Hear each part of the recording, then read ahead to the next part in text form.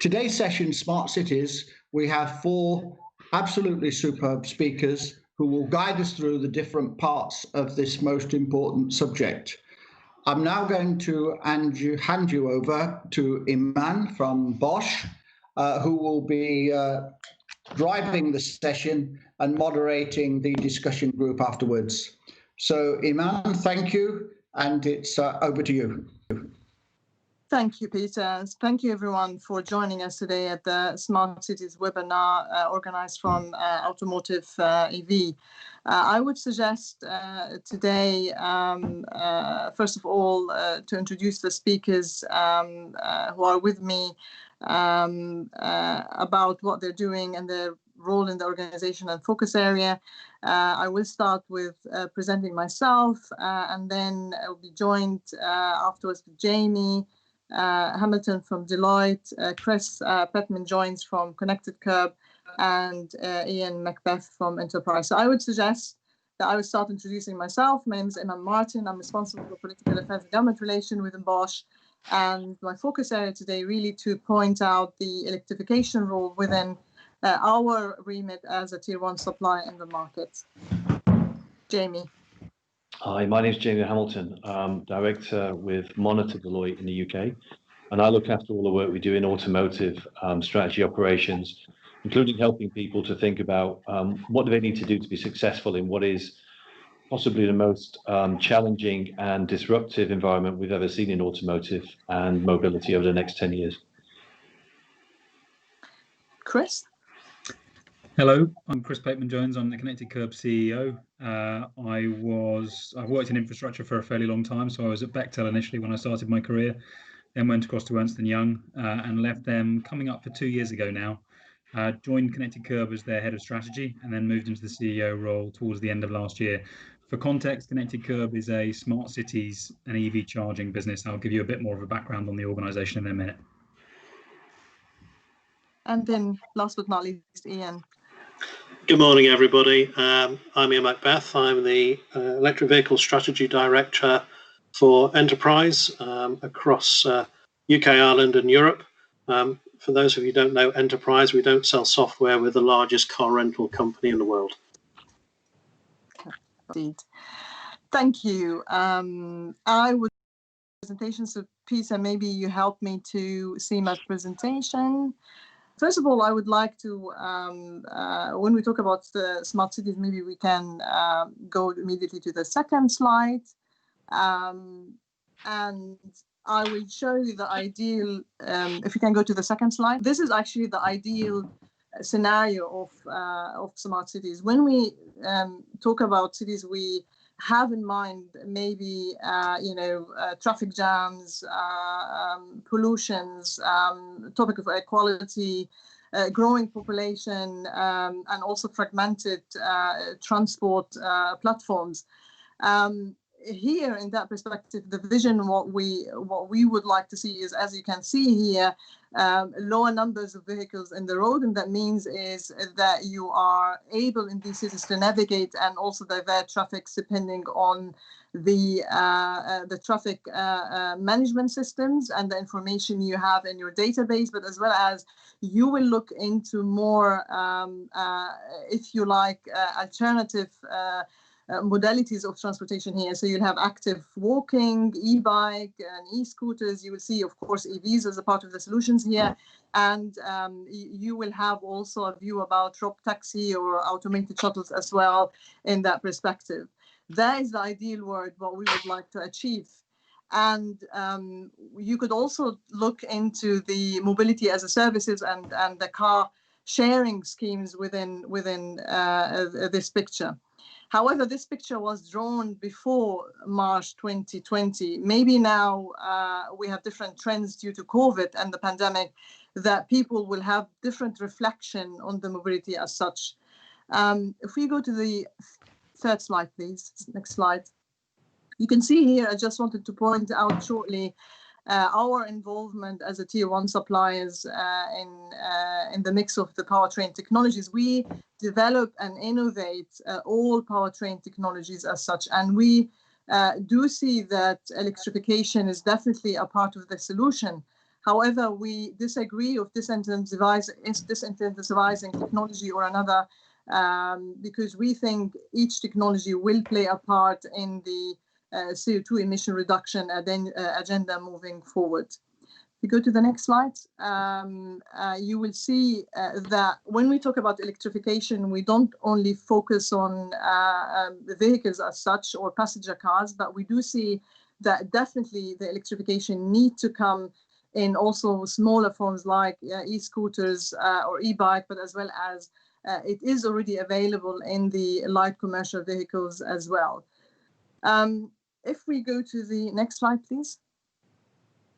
Here, when we think about why electrification in general becoming very important, and also a huge part of our communications from the automotive side perspective, is because of two trends mostly increasingly emerging. The one trend is obviously the tightening of the regulation requirements in the EU in general towards the climate change agenda. And the second is obviously also the consumer demands definitely changing. And the trends which we don't see here is obviously the COVID and how that will play a role, generally speaking, about the demand moving forward. That probably will be reflected on my last slide. But I wanted to say here is that definitely through the city bans and the air quality discussions, it did encourage the uptake of EVs. Maybe not the way we see due to the challenges what we face with not having enough charging stations in the mix. I'm sure my colleagues will talk about it later, but as well as probably other problems and people living in flats and not having an access to parking spaces, etc. So that is definitely a part of the trends we see. If we go into the next slides, obviously legislations and policies are also a part of the discussions which we would like to elaborate on today. The point here is if we are looking into the electrification from satisfying the CO2 emission agenda, is probably we need to look into other aspects of the fleet mix in the marketplace, and that means is with changing of the tax regime or trying to incentivize people, for example, to switch into greener technologies would not help the solution as such to achieve the net carbon zero by 2030X or 2040 as it's now state. It probably we need to discuss other points in that perspective. We need to discuss the existing fleet.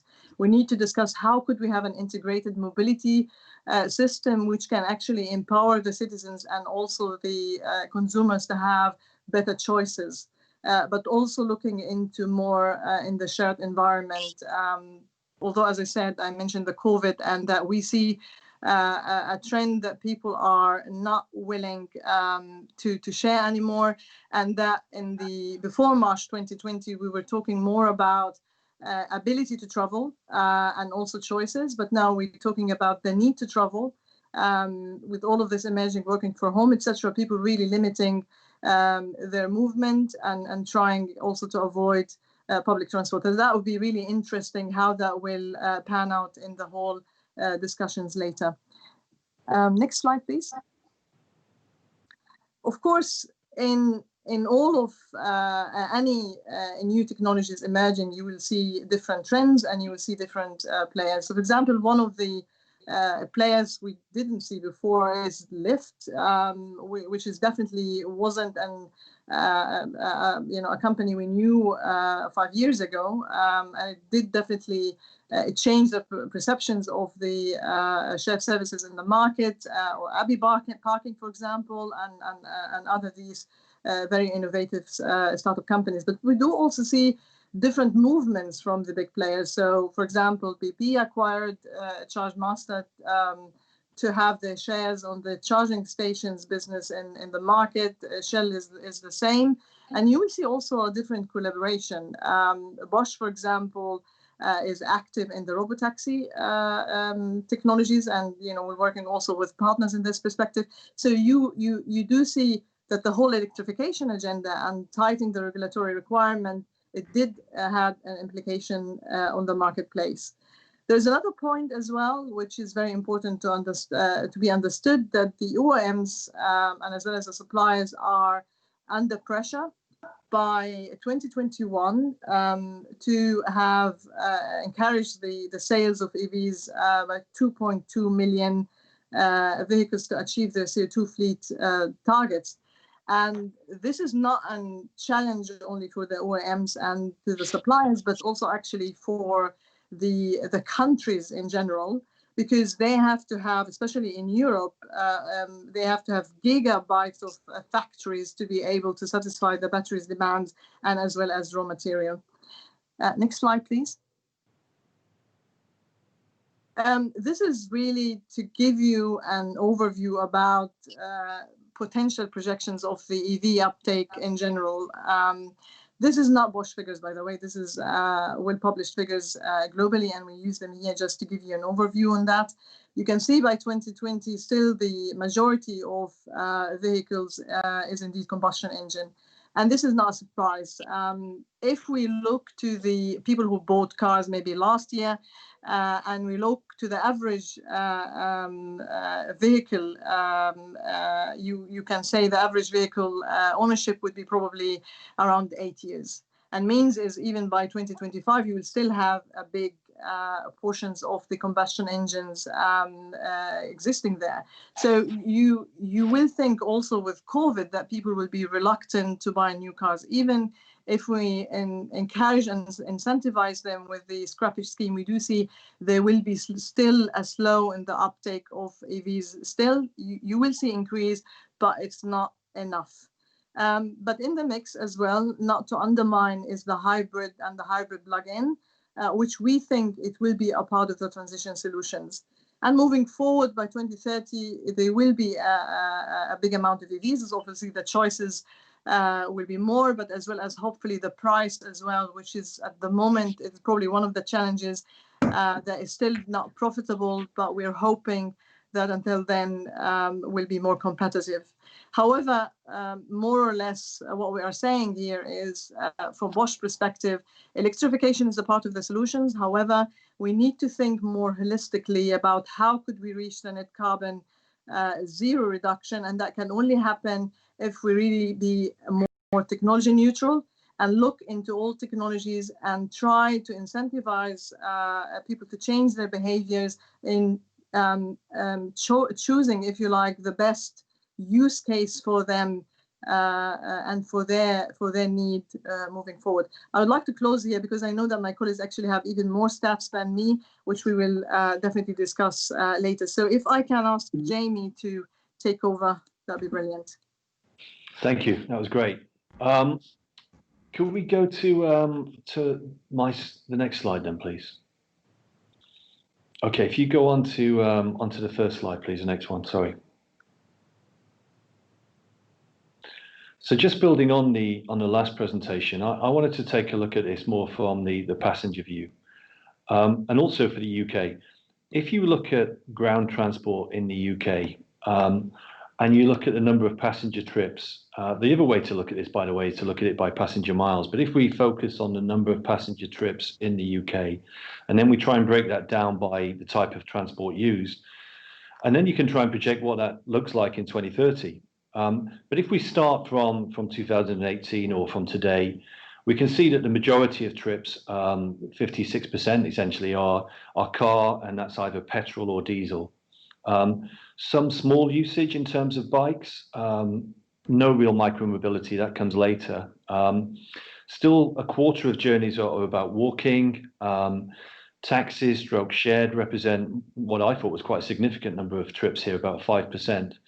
The other interesting thing about the way people move today is that 50 to 60, well, over 50% of trips are under 5 miles. And so that's where we're going to see a lot of disruption, I think, in terms of moving away from the car into forms of micromobility and potentially ride sharing. Now, if we project on to 2030, and I've developed this view based on some of the Deloitte forecasts, but also looking at some of the forecasts that we see in the market, a couple of things really jump out at you on this. First of all, the type of transport in the future is going to be a bit more fragmented than it is now, both in terms of type of car. We're going to have multiple drivetrains, and I'll come on to electric shortly. But also you can see from here, let me go through this. The next piece is there's a move towards cycling and micromobility. So we see the number of journeys really increasing from 2% to 5%. And that's cycling, that includes scooters, that includes e-scooters. And I think that's really going to cannibalize a proportion of those journeys under 5 miles, particularly in cities. And I actually see that, if anything, COVID would accelerate that. So I could see that there'll be more use of more varied micromobility and sharing those cycle lanes with bikes. You can already see in London, a lot of road infrastructure is being given up now to bikes, and it'll be interesting to see how much of that returns to cars or stays with cycling and micromobility. But by 2030, we expect about 5% of all passenger trips will be for some form of micromobility. The other piece on this really I find quite interesting is around car ownership. So if you look at this collectively, we believe that 11% of journeys will be through some kind of shared ownership of a car, be that ride hailing, or be it through some fractional ownership of a car, or be it through car sharing, ride sharing. Now, COVID will have an impact in this in terms of, less perhaps frequency in terms of ride sharing, but there will be different forms of ownership, I think, where people will want more flexible in terms of their ownership models. So rather than owning a car over a life of 3 years and having a 3-year asset, people will be looking for more flexibility on this, whether that's in a form of subscription or whether it's in the form of something like Zipcar and just using a car when you need it. As I've said before, I think the rise of electric vehicles, just following on from the previous conversation, we expect over 25% of the car park by 2030 to be electric. We expect, I'll come on to it in a minute, we expect 40% of car sales, but it will take some time for that to fill into the car park. But we'll see a disproportionate number of electric vehicles in the shared sector. So in ride hailing and in shared cars, we expect almost 80% of vehicles in 2030 will be electric in some form or other. Now, that's got massive implications in terms of not just the vehicles, but also in terms of the surrounding infrastructure required to sustain this. If you could go to the next slide, please. Yeah, just a little bit more detail on electric and just building on the previous conversation there. We expect, I think here we've put a projection of 35% of all new car sales globally will be electric, and that's plug-in hybrid or battery electric by 2030. That's going to vary significantly across market. Europe, we think that figure is actually closer to 45%. China, it will be even higher still. In the US, it will be slightly lower. And the main reason for that is cost. So we see the annual cost of ownership of electric vehicles coming down significantly in the UK. A lot of that is driven by incentives from the government. So, for example, recently in April, the rollout of the benefits in kind tax, which is really pushing company car schemes onto electric, has had an impact. But also when you take into account the cost of maintenance and also the cost of fuel, we are seeing total cost of ownership now roughly about parity with petrol and diesel and electric, and that's really driving the move towards electric. We expect the cost of electric cars to come down, but at some point the government is going to have to remove some of those incentives, and so there will be. It's a good time, very economically beneficial at the moment, but at some point there will have to be some tax changes so that fuel duty, for example, is replaced by some other form of taxation.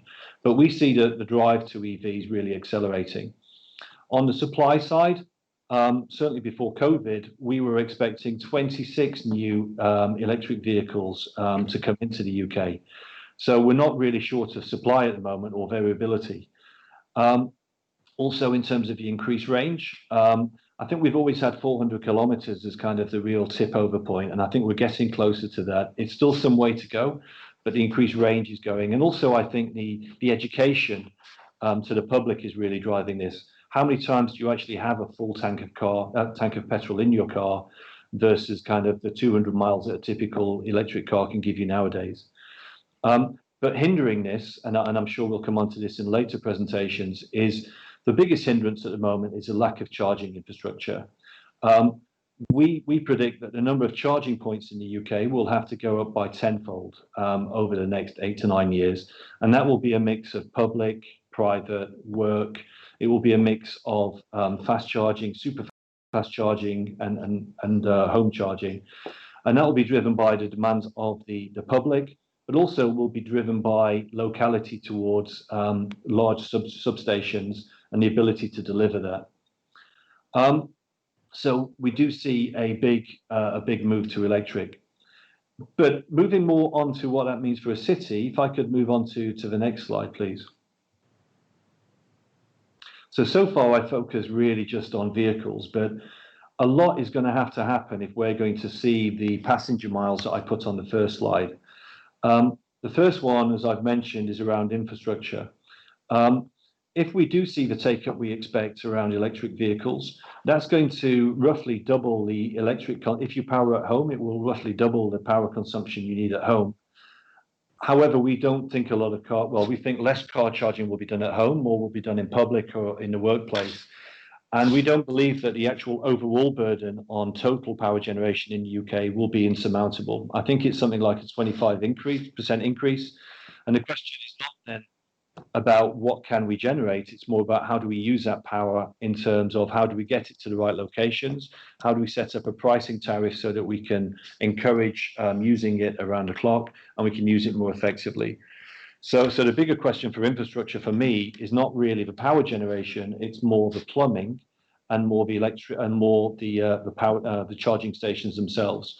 But as I said before, I think even more important than that is laying the plumbing and the cabling to be able to provide the different levels of charging required to the public. And now at the moment, that will be very good in populous and areas where it's an economic argument. It will be interesting to see if the government and what level of subsidies the government's put in to enable charging, a similar level of charging across less attractive places. So more of a 5G model in terms of the government stepping in. In terms of the, if we think about the micro mobility, we're going to need more hubs. So as we have park and ride now, I could easily see park and ride in the cities being transformed into park and cycle or park and scooter. So that's going to change the face of the city. Also, the whole thing around, as we move further into autonomous or into reduced car usage, what do we do with the car parks? In terms of the cars themselves, we're going to see increased segmentation of the cars. We're going to see cars that are used for pleasure, cars that are used more in terms of just city runabout cars. We're going to see a lot more innovation in terms of the last mile delivery as well, as we've seen the explosion in terms of last mile and what that means in terms of pollution. And then finally, something a little bit more desperate than this, as we move away from people owning a car and insuring that asset, we're going to see a fundamental shift in the way that people insure themselves as they travel. And we're going to see, first of all, as we are seeing now, we're seeing usage-based insurance. But longer term, we're going to see more insurance of the individual as opposed to the asset, which will be a big transformation that we're already seeing in Europe. So those are just a couple of big questions. It's not just about the vehicles, it's about the infrastructure required to enable this move to electric, to enable this move to multimodal, to enable this move to micromobility. So let me pause there. Thank you very much for your time, and I'll hand over to the next speaker. Morning, everyone, or I think, no, afternoon now, everyone. Thank you very much for having me for a start. So if I can just jump onto my first slide, and I only have a couple to talk through. I thought, noting the sort of prestige of some of the other organisations you've got on here, I thought it might be worthwhile me just giving you a little bit of background on who we are as Connected Kerb, what we're trying to do and why we're trying to do it. So as a business, we're relatively new. We started about 2.5, 3 years ago now. I actually joined the team about coming up for 2 years ago now. I was at Ernst & Young, as I mentioned before. We are a smart cities and EV charging business, and we like to think that we know the market better than anyone else. The reason we say that is because we've spent an awfully long time trying to do data analysis on the market. So every 3 months, we now complete detailed polling of 1,500 people in the UK to try and understand their perspectives on EV, where they want to charge and how they want to charge. And what we try to do is to use that data to then influence what we've built, how we've built, and where we deploy it. And then importantly, how we then engage with the community to try and get them to adopt EV. So what you see in the background there on that image is one of our first charging points. It's a gecko. We call it, all of our charging points have animal names. I don't really know why, but we just quite like the animal names. And we talk about them all operating as a hive system together. So they all talk to each other, which means they can load manage quite effectively across them. But that's a gecko. It sits on parking posts or street bollards. We essentially, again, coming back to the analysis of the market and understanding the market, we saw and we quite liked the lamp column charging points, but we thought there was some flaws with that sort of concept in terms of the lamp columns typically being at the back of the curb and limited by power supply.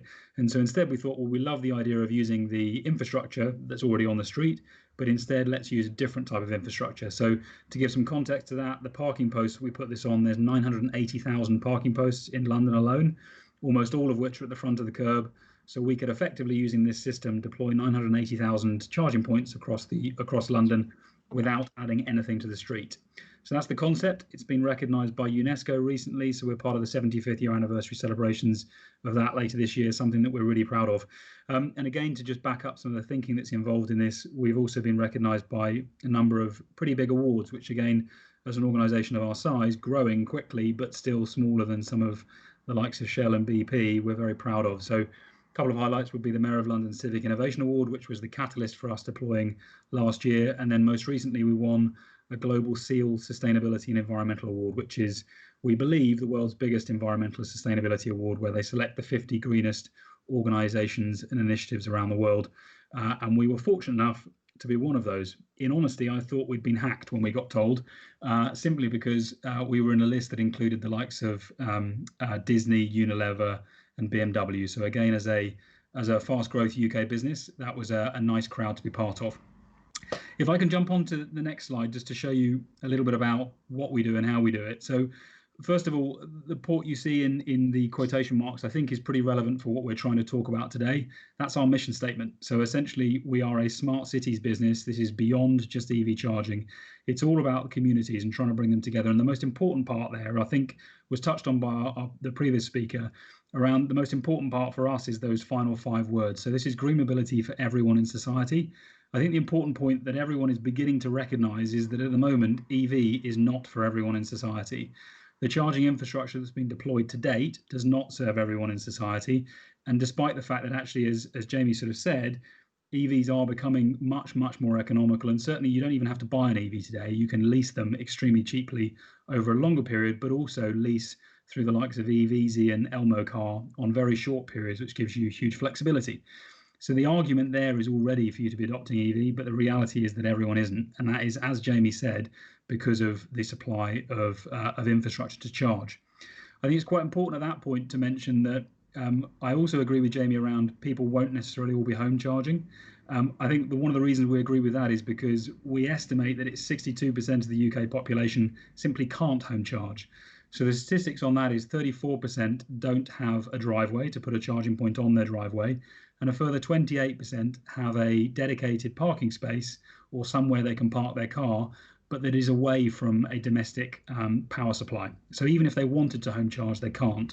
That is essentially our whole market. We are after that 62% of the population, plus actually the large portion of the rest of society who do have a driveway, but who simply won't install a charging point on their driveway. Now, what do I mean by that? Well, the simple use case is to look at the smart metering campaign that was rolled out about 10 to almost 15 years ago now, and still about 40% of the UK population don't have a smart meter at home. Despite the fact that they're free, they save you money, and all you have to do is take a day off work to have them installed. So the idea that everyone who has a driveway is going to put a charging point on their driveway, pay for it, we simply don't buy it necessarily at scale. There is clearly a use case for it, but whether it will happen at scale, we don't know. So we're targeted at trying to provide that solution for people who can't install charging points at home and who still want something that's really, really convenient. That can either be on street in residential areas, or it could be at work where they park during the day. Wherever it is, we think it is a long dwell location charging point. That doesn't mean that we don't think that ultra rapids and rapids are important, but we do think that charging points should be aligned to dwell time, i.e. if your car sits there for 90 to 98% of the time not being used, try and charge it in those locations, rather than necessarily trying to use rapid charges in every single scenario. They are clearly very important, but the idea that driving somewhere specifically to charge your car, queue for a charging point, and then wait for it while it charges becomes a bit of an oxymoron when we talk about rapid. So we are focused on fast universal access charging. So our charging points are Type 2 sockets, so every vehicle in the UK can plug into them. We're 3 to 22 kilowatts. We typically deploy in the locations between 3 and 7. As I say, they're optimized for work, fleet, and residential charging. Importantly, we try to live our ideals in terms of sustainability. So the kit that we have is designed to be as long life as possible and as reliable as it can possibly be. A big piece why people aren't buying charging points is not just because the infrastructure doesn't exist, but because it isn't reliable enough and it isn't deployed in enough scale. So it doesn't provide that convenience or confidence. So the sustainability is really important in terms of the reliability and the long life aspect. It's also very important from an economics perspective. Most charging points today weigh between, so that your average charging point you see on the street, I won't mention brand names, but we released a report about a month and a half ago saying that the average charging point weighed between 190 and 210 kilograms and is made out of composite metals and plastics. And typically, this is the sort of killer statistic, is they last between 5 and 10 years, the average being about 7. That isn't good for the economics or for the environment. So we would suggest people try and build them to be as sustainable and long life as possible. So we make ours out of recycled plastics, and we make it out of recycled vehicle tires. And we've also separated the socket from the charger, so the charger sits discreetly beneath the ground, meaning that if it gets damaged, you can upgrade it. I think the other point on this would be the kit is all smart and connected, and this leads on to the slide I'll come on to in a second. So we think from a smart cities perspective that actually being able to load manage very, very effectively and to be able to offer things that are broader than just EV is pretty important. So when we deploy our chargers, we also deploy fast fiber. That means the chargers can all talk to each other, both actually in real time or physically they're connected to each other, but they're also connected through our software system, which means that we can manage a whole load of other things on top of EV, but importantly that we can manage the power supply across our charging points. So we can deploy the multiple thousands that are required without necessarily blowing the grid. As Jamie sort of suggested, there's enough capacity, it's just about how you manage it. And then the final point is around that reliability. So that is a key piece for us and something that we've designed the system with in mind. Just in terms of the context of the market size and therefore the opportunity around the smart cities piece, if you pair the two together, is, so again, coming back to the area we focus on, 62% of the population or 62% of households don't have somewhere they can charge. That works out in terms of households at about 8.5 million households across the UK. So if you're to provide a workplace or a on-street residential charging solution for those, and you're assuming that we have to hit the 2035 target, which might actually move to 2032 now, and you break that out further to say that you want to put one charging point for every 4 of those households, or to every 5, which is National Grid's guidelines, I believe, you're looking at about 10,000 charging points per month for the next 15 years. That is a huge number. We're not saying that that is the right number. All I'm trying to say is I'm trying to frame the amount of actual effort that is required, which is a big challenge, but I guess we look at it as a big opportunity. So if I can jump onto the next slide, and I'll try and articulate what I think that opportunity is. So when we were looking at this and doing again the analysis to develop the connected Kerb system, essentially from scratch to what we saw the market opportunity was, we essentially looked around the world at a whole load of smart cities plans. We looked at almost 100 in total. We found that every single one of them had EV as a core component.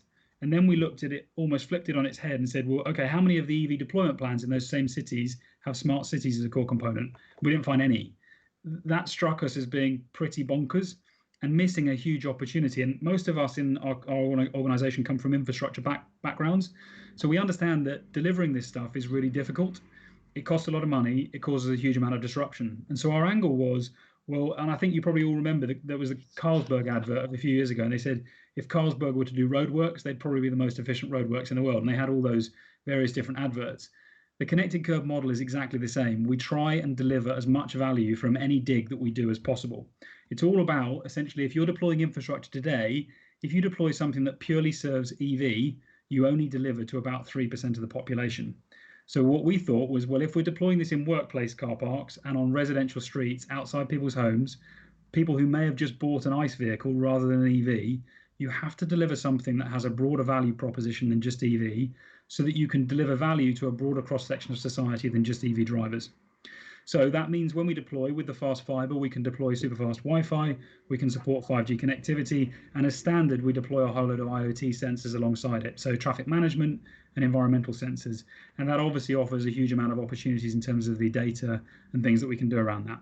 That means that we hope that our system and the way that we deploy is future-proofing to protect us for some of the really exciting things that might come in future. So autonomous vehicles, some of the sensor technologies that we can deploy today. But also importantly, I think, again, coming back to Jamie's point around the grid management, is the more we can understand about the user and the more we can understand, again, through sort of almost this habitual home convenient charging or workplace charging, the more we can understand about that habitual charge, the more that we can then start to forecast when the grid is being used, how it's being used, and to start to influence drivers' behaviors. And if we can do that, we're in a far better position to be able to manage the grid and add value. And then the final point on that is as well, is this deployment of mass scale 5G and other things like that. There's a huge amount of digging up of streets taking place already. It makes complete sense to us and some of the partnerships that we have already to be deploying those things in parallel together, and that is the whole mantra of what we do. Anyway, I'll stop talking now, and maybe otherwise I'll talk too much about the statistics, because I think, Peter, we're doing another talk next week where we'll talk a little bit more about the sort of quarterly polling that we do. Good afternoon, everybody. If we could just go on to the slides.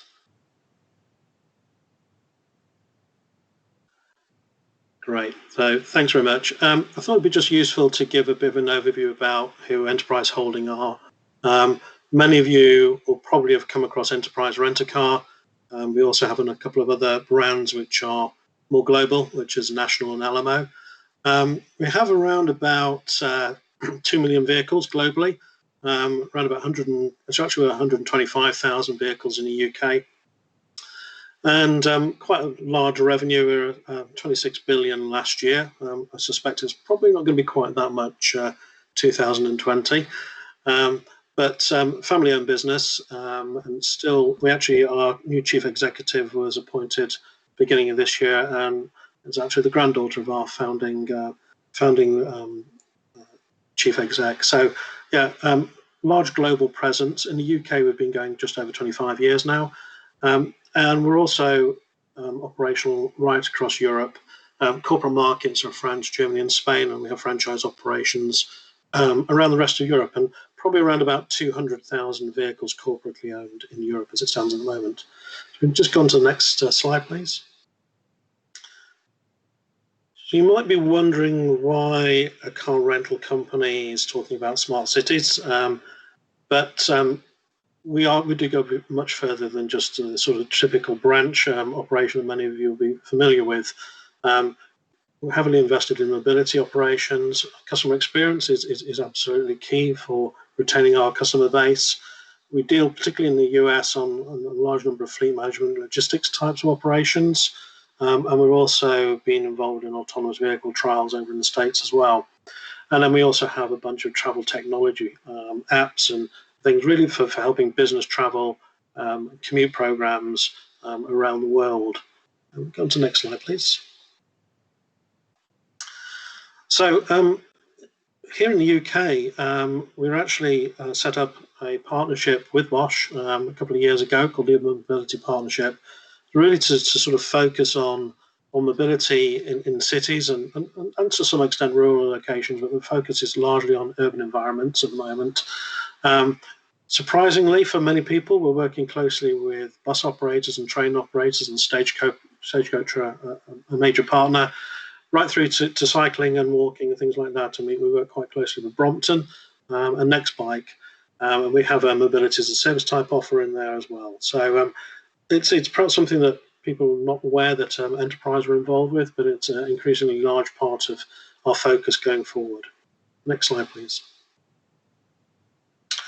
And we'll skip that one as well. That's just the first EV car club vehicle in Cambridge. We'll skip through that.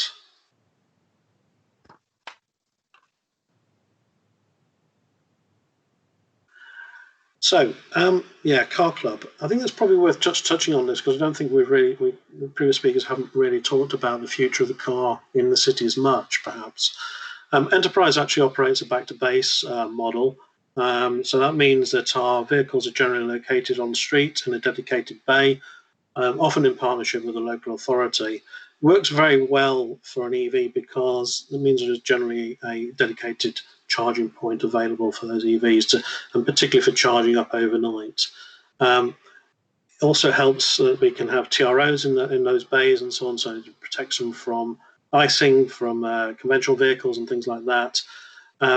And we've also just recently introduced a live state of charge into our fleet. So we have telematics on there that read the battery state, and that information is actually available either live on the website or through the app.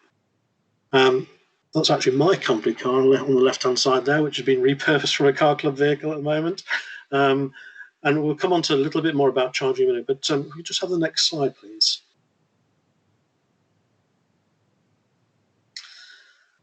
So one of the main things, and I think Jamie and Chris have both picked up on this, was the actual cost of buying EVs, particularly in a rental scenario.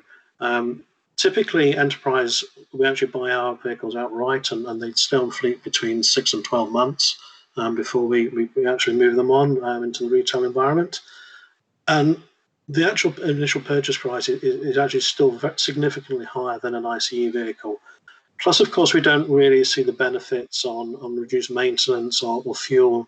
Perhaps you might see on leased deals or private vehicles and things like that. So what that means is that a lot of the EVs that we have on fleet at the moment, we've got around a fleet of about 200 Teslas, we've got about 75, 80 Nissan Leafs, and then we've got a bunch of plug-in hybrid vehicles as well. That means that they're still quite expensive to rent for people on a day-to-day basis. And what we're still seeing at the moment is a limited demand for that.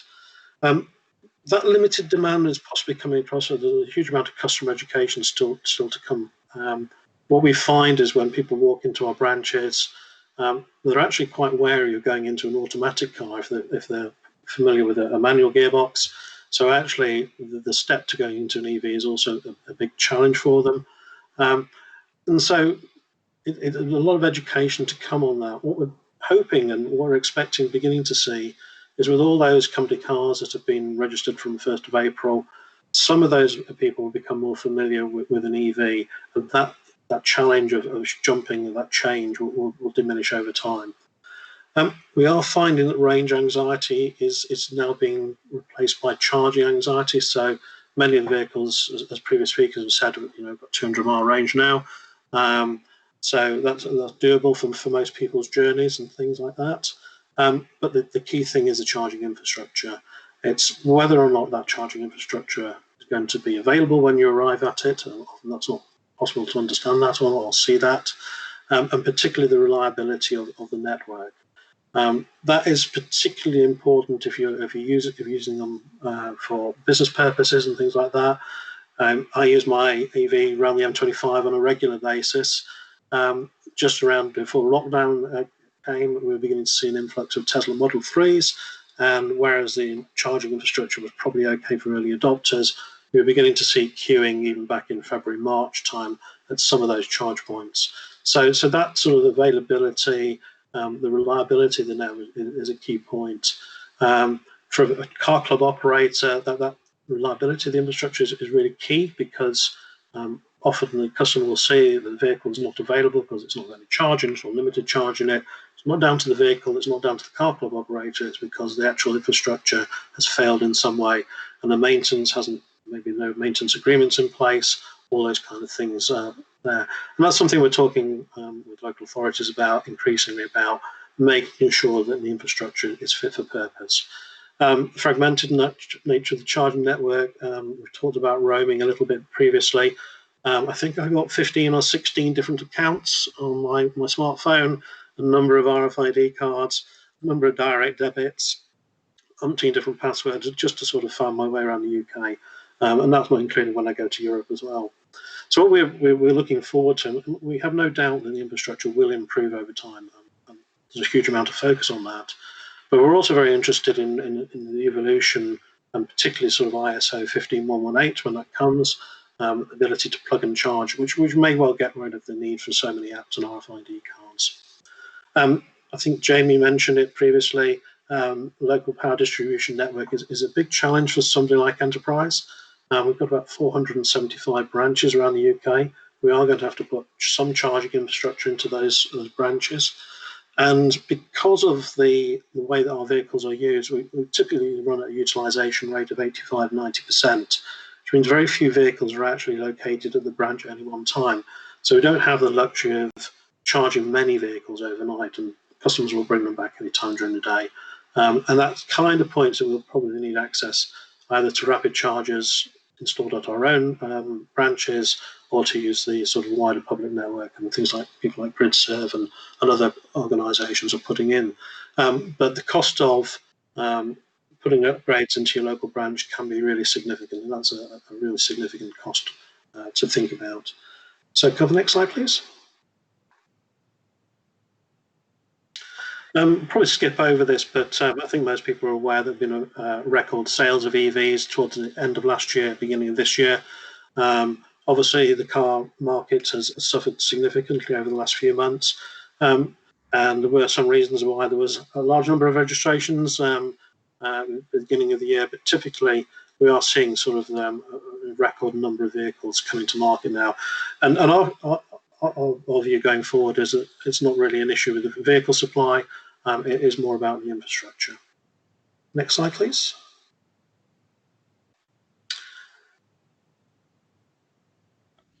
So, because my role encompasses not just the UK and Ireland, I look after our corporate markets in France, Germany and Spain.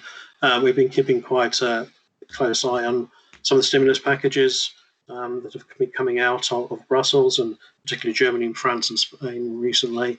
£8 billion for the French automotive industry, 6.2 for the Germans. So there's a lot of stimulus packages going on there. And some of those are coming with strings attached. We're obviously seeing potential bans on ICE vehicles throughout Europe. It's not just London with the extension of the ultra-low emission zone, and other cities are looking at it. That's something that's happening across Europe. We're expecting the ban on traditional ICE vehicles to come forward. We think that hybrids will have a large part to play in that transition. But that EV Green Deal is actually really probably changed the pace of change that we were expecting previously. And I think things are accelerating probably a little faster than we were expecting, if we're being honest about that. And particularly when you're seeing requirements for local authorities, federal governments and so on, fleets and so on, to actually fully transition to EVs more quickly. And a number of large companies saying they're going to have full EV fleets even as soon as 2025. So there's going to be a lot working on there. But what we do feel is that there needs to be some engagement and collaboration between government, local authorities and industry to deliver this change. We find that often there's a bit of a siloed approach, as policy is in one area and the actual physical practicalities of delivering things on the ground. As Chris mentioned, what's the capacity of the industry to deliver these fundamental number of charge points quickly in the period of time we need? So quite a lot to do in that space of time. I'll shut up now, and hopefully there'll be some questions to come. Great, thank you. It was really fantastic presentations here. I think what we all agree on, two things. The one is we all agree that the EV uptake is happening, and we could see also progress within the different slides we had, all of us. But we also agree that the infrastructure is definitely the challenge in all of the discussion what we have in our presentation moving forward. I know that Chris touched on it as well, and he mentioned, if I'm not wrong, was a number of about 10,000 charging needs to be done per month. Correct me, Chris, if I'm wrong, but I think probably we see that there is a role to the government to play, and we know that there are lots of, for example, discussion now about scrappy scheme, market stimulus, also because of the COVID and potential recession situation in 2021. What is your view, perspective of all what we discussed that could be the role of the government to incentivize consumers to switch earlier to the EVs, but as well as what can be done to stimulate the market moving forward in the EV side of things as well as in the infrastructure? Open to anyone to answer, by the way. I'm happy to jump in. I'll jump in. I was waiting, but I'll jump in. So I guess for for us, when we look at EV adoption, there's a few aspects. There's the actual vehicle supply line and the cost of those vehicles. I think we've sort of touched on that to a degree. I think there's a lot that the government can be doing, and that they are sort of doing around the benefit in kind and all those sort of things.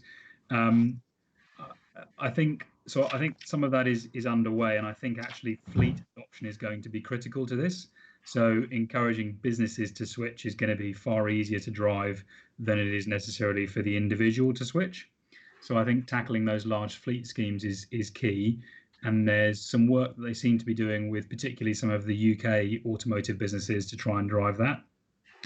I think they could do an awful lot, particularly with some of the large government-owned entities like the NHS, for example, to try and really incentivize workplace charging in those locations. I read a statistic that something like 5% of all of the UK traffic on the roads is related to the NHS in some way.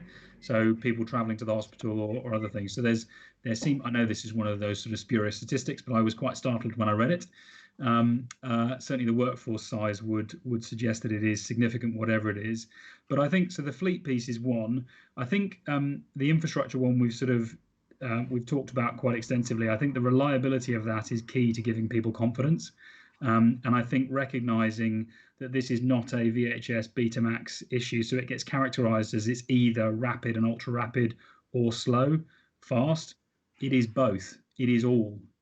It is everything. I think the problem that we've had so far is the debate has been characterized by organizations whose business models are to an extent incentivized to stick with the status quo of the way that people fuel their cars versus the way they're going to charge their cars.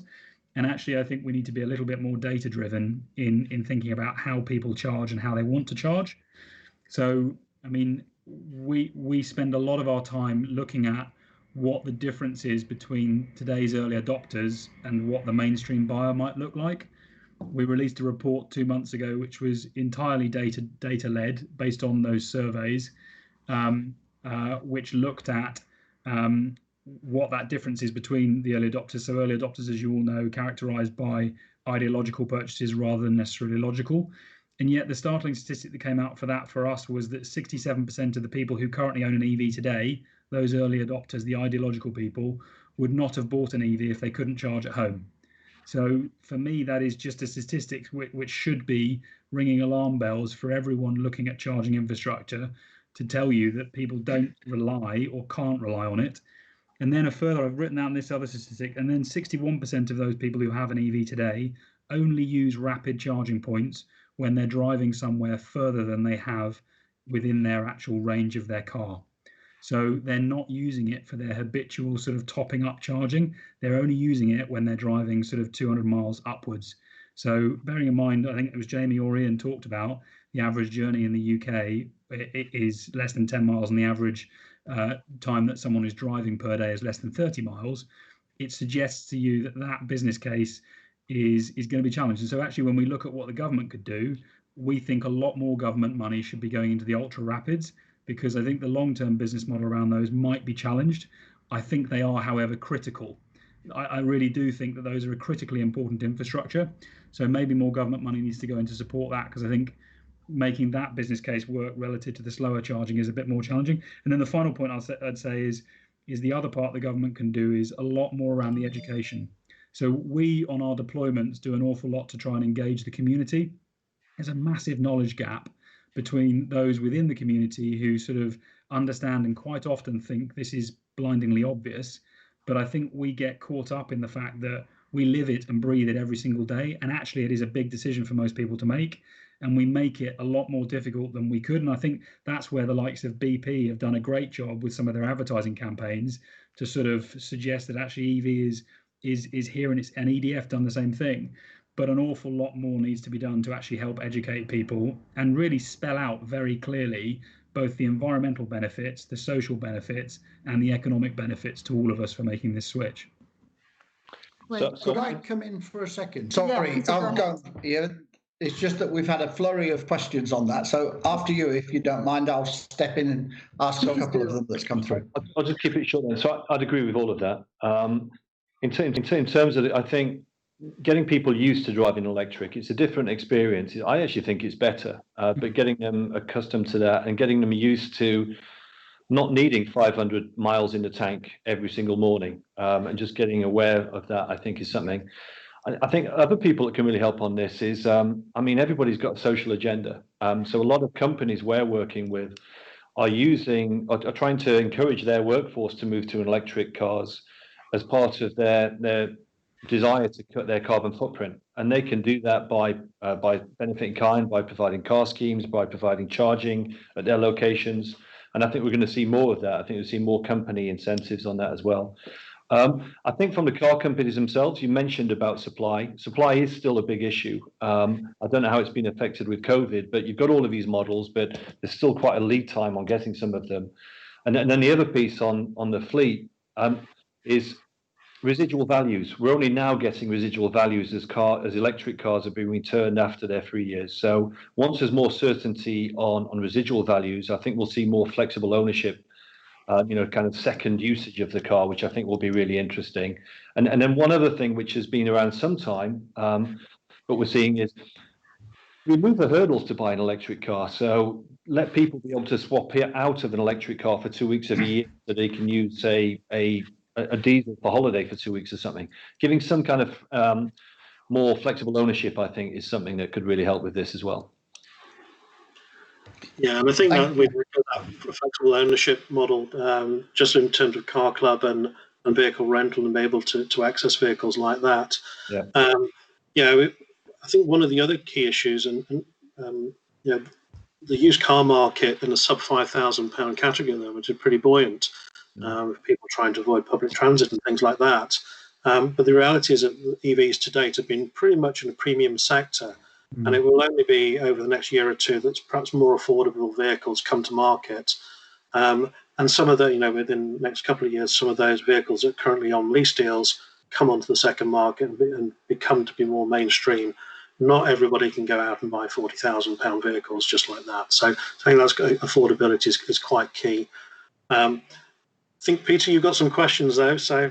Yes, we had a little bit of we've got a flurry of questions coming all the time, and rather than sort of leave them all till the end, this came from Jamie's presentation, really, from a poll. Most EV owners want to charge from home. No? I'm not sure. I mean, well, first of all, not everybody can charge from home. I think, as Chris said, I mean, where I live, I haven't got off-street parking, and so I can't charge from home.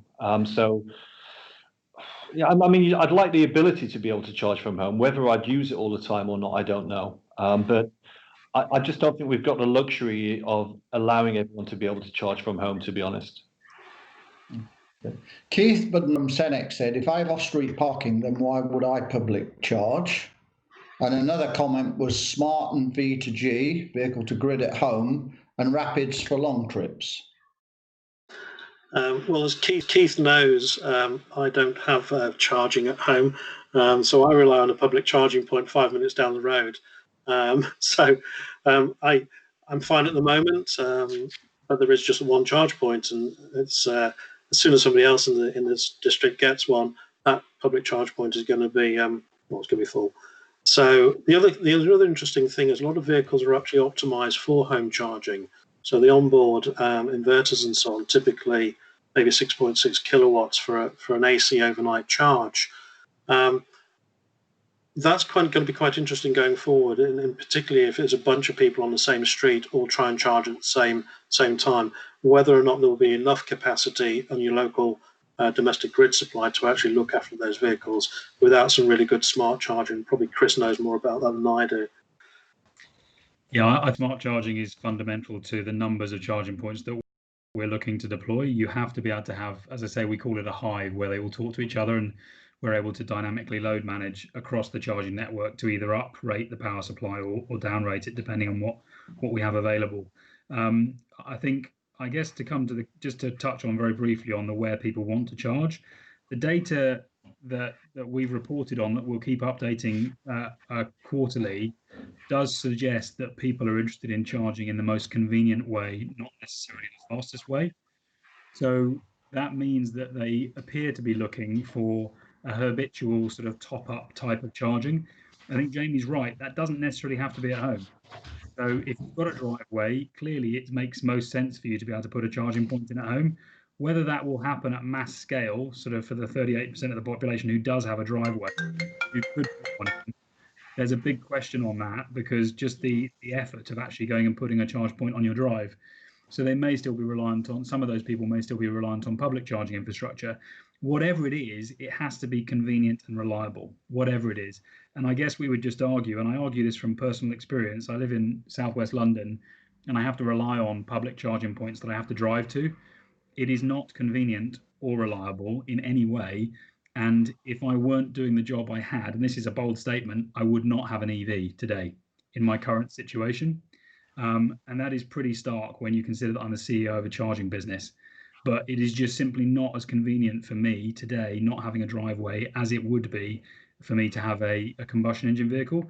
That said, if I could plug and charge in outside my house, the economics make sense, the driving experience is better, but it's just, or either at work, I think it would make it much more reliable. And certainly when I talk to family, friends, we go and do surveys, we go and interview people, that is the thing that comes up consistently all the time, is that the message to them at the moment is buy an EV because it's good for the environment and society, but it's nowhere near as convenient as it is for an ICE vehicle. And we need to change that. Will cost per recharge be the driver to where we charge? If you can charge at home, you can control the cost, especially with a green supply. Whereas other questions were on rapid charging, it's a prohibitive cost for some people with how much it costs to sort of boost that the range quickly. Any comments on that, or are what they're saying not totally correct?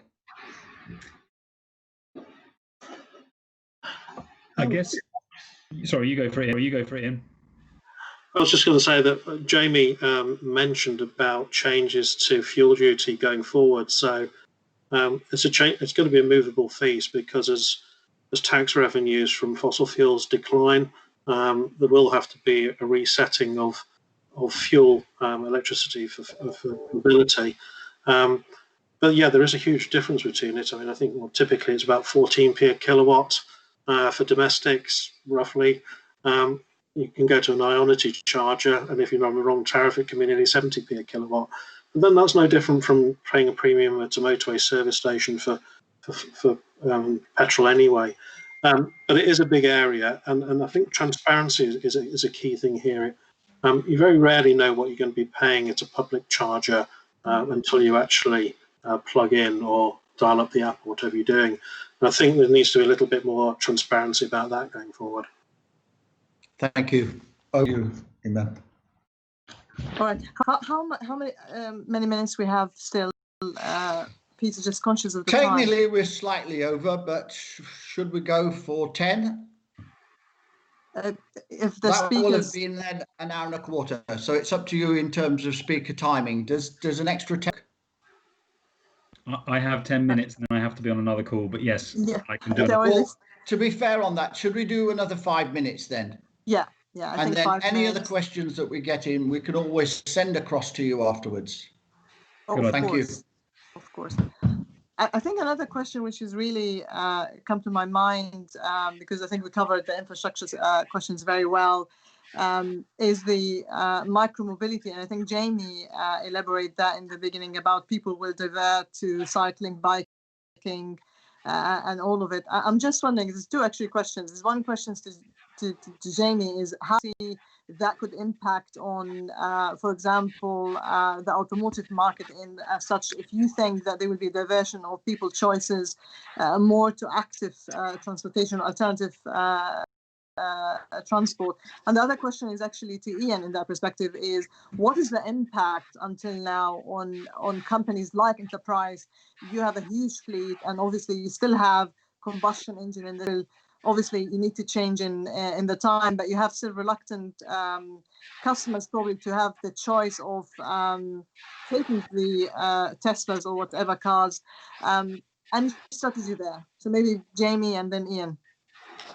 On the micro mobility bit, I think it will cannibalize a little bit of cars. but micromobility is only really suitable, I think, for journeys of less than 5 miles, as I mentioned, which is a large proportion of journeys, but not a large proportion of miles. And I think that's probably a good thing, really, because obviously, and that's more focused on cities where it's difficult to park anyway. I think there will be cannibalization away from some public transport, certainly in the near term, and I think COVID will drive some of that as well. But there's a lot of things that still need to happen for micromobility really to work. There's a whole thing about regulation. How does electric scooters work? Where do these fit on the road, on the pavement, with bikes? How do you operate that as a business model? Although the barriers to entry in terms of the costs and the margins you can get on micromobility is fairly attractive. So we have seen a lot of people coming in. Where I think it might go is if you look at Amsterdam, there's some great examples there of car companies who are offering an electric bike as part of the leasing package. So you lease an electric car and an electric bike at the same time, just for a small amount. So I think we'll be seeing it offered as more of a kind of holistic travel package, whether that's with leasing a car or whether it's part of a subscription piece. But I think it's part of the solution, not all of it, but it will have some effect in cannibalizing, I think. And yeah, I mean, I agree with what Jamie's saying there. Having spent 10 years at TfL working on sustainable mobility, and the last few years grappling with e-scooters and things like that, I think the big challenge for public transit is actually cannibalization from bus and tube travel. There aren't that many private cars in city centres anyway, and it's a difficult proposition. So actually cannibalization from vehicles is less of a challenge there. We do see that potentially e-scooters could be quite accompany a car club offer or a car sharing offer in outer London. So perhaps where you haven't got as many vehicles close by, we've got a population density, people could jump on an e-scooter and access a shared mobility vehicle like that. I think that's quite an interesting thing going forward, is about the shared asset type of thing. Typically a vehicle in London spends 95% of its time parked on the side of the road. Car club vehicle potentially has a lot higher utilisation rate. So it may well be that we see a substitution of private car towards shared assets and things like that. And then more widely, I think Chris mentioned, about sort of companies moving towards electric fleets and things like that. That's where we see the initial demand coming from.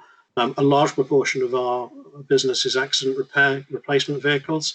So if you're paying your car, chances are you'll have an enterprise vehicle supplied as a courtesy car.